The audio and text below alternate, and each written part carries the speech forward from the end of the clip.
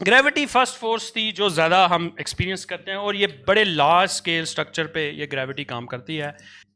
Gravity होती क्या है, न्यूटन को नहीं पता था कैसे ये पैदा होती है। आइंस्टाइन ने अपनी एक थ्योरी दी कि ये कर्वेचर होता है स्पेस टाइम का, उसके अंदर मैसिव ऑब्जेक्ट जब होता है तो वो स्पेस टाइम कर्व्ड हो जाता है और उसके अंदर से चीज़ें मूव करती हैं। एस्ट्रोनॉमर्स हैं या एस्ट्रोफिजिसिस्ट हैं, उनके मुताबिक हमारी जो गैलेक्सी है, जो मिल्की वे गैलेक्सी है, उसके सेंटर में क्या है, डीप ब्लैक होल है ठीक है।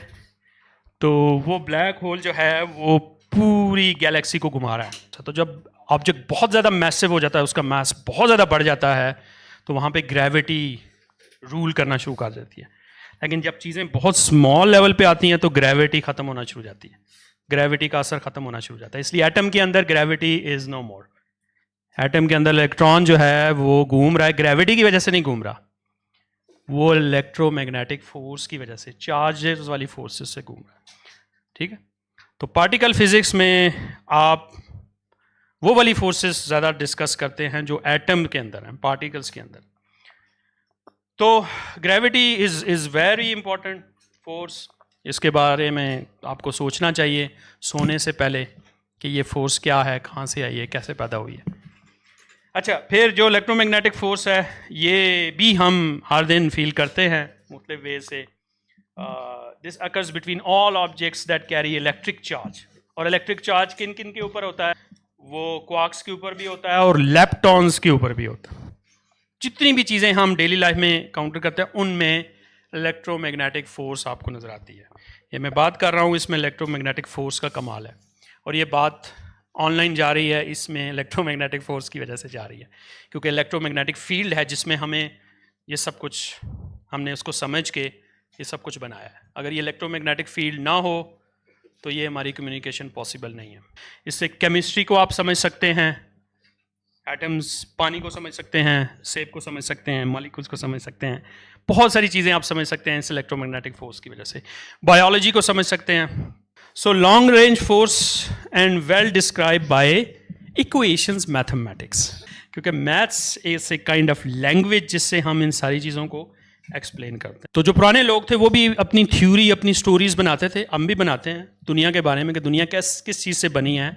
ग्रीक्स कहते थे कि दुनिया 4 चीज़ों से बनी है, हवा, पानी, आग और मट्टी। हाँ, ठीक है ना। तो ये उनकी थ्योरी थी, ठीक है।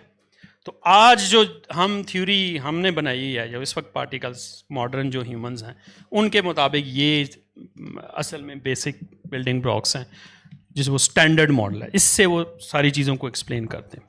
लेकिन इस सब के लिए आपको किस चीज़ की ज़रूरत पड़ती है, मैथमेटिक्स की, ठीक है ना। इसलिए मैथ्स पढ़ना ज़रूरी है। अब न्यूक्लियस के अंदर जाते हैं और हम देखते हैं कि न्यूट्रॉन्स हैं और प्रोटॉन्स हैं। न्यूट्रॉन्स के ऊपर चार्ज नहीं है, लेकिन न्यूट्रॉन्स को भी तो किसी ने बाइंड किया हुआ है क्वार्क्स ने। क्वार्क्स के अंदर कौन सी फोर्स है उसको समझना है।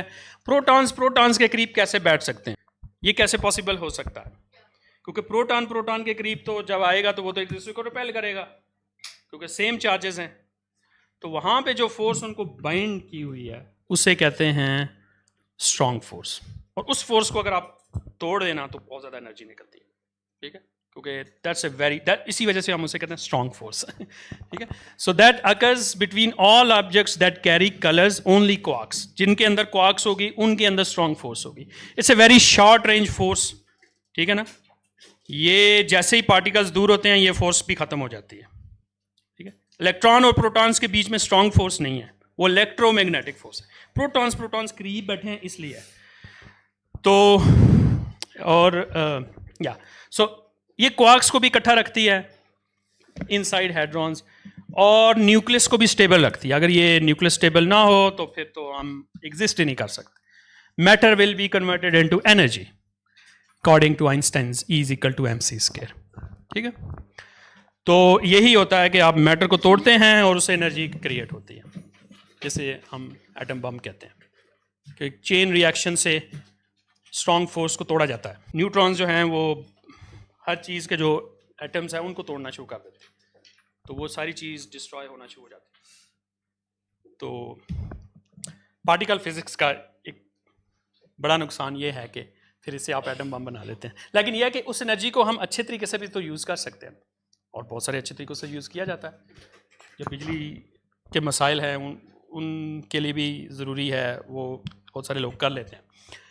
अच्छा, अब एक और फोर्स है, that is the most tricky और वेरी मिस्टीरियस, जिस पे अब्दुल सलाम ने भी काम किया। Weak force occurs between quarks and between leptons including neutrinos. ठीक है, it's a very short range force, और इसकी वजह से रेडियो एक्टिव डिके होता है। ठीक है, ये जो रेडियो एक्टिव पार्टिकल्स हम मिलते हैं, और मैरी क्यूरी ने भी इस पे काम किया था, और हाइड्रोजन फ्यूजन इनसाइड स्टार्स। तो ये जो फोर्सेस हैं, इनको कैरी करने के लिए भी कुछ पार्टिकल्स हैं। इलेक्ट्रोमैग्नेटिक फोर्स को जो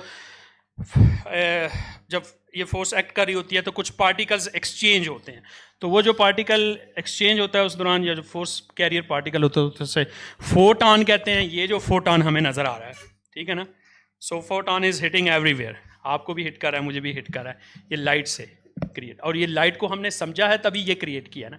एटम की दुनिया को अगर हम ना समझ पाते तो ये लाइट हम ना क्रिएट कर सके। तो ये जितने भी कलर्स आपको नज़र आ रहे हैं ना, it's again particle physics in action. ठीक है, ये लाइट की वजह से हो रहा है सारा, और ये फोटॉन्स निकल रहे हैं।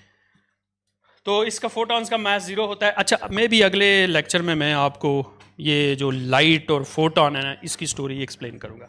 चार्ज है और इसका स्पिन जो है वो 1 होता है।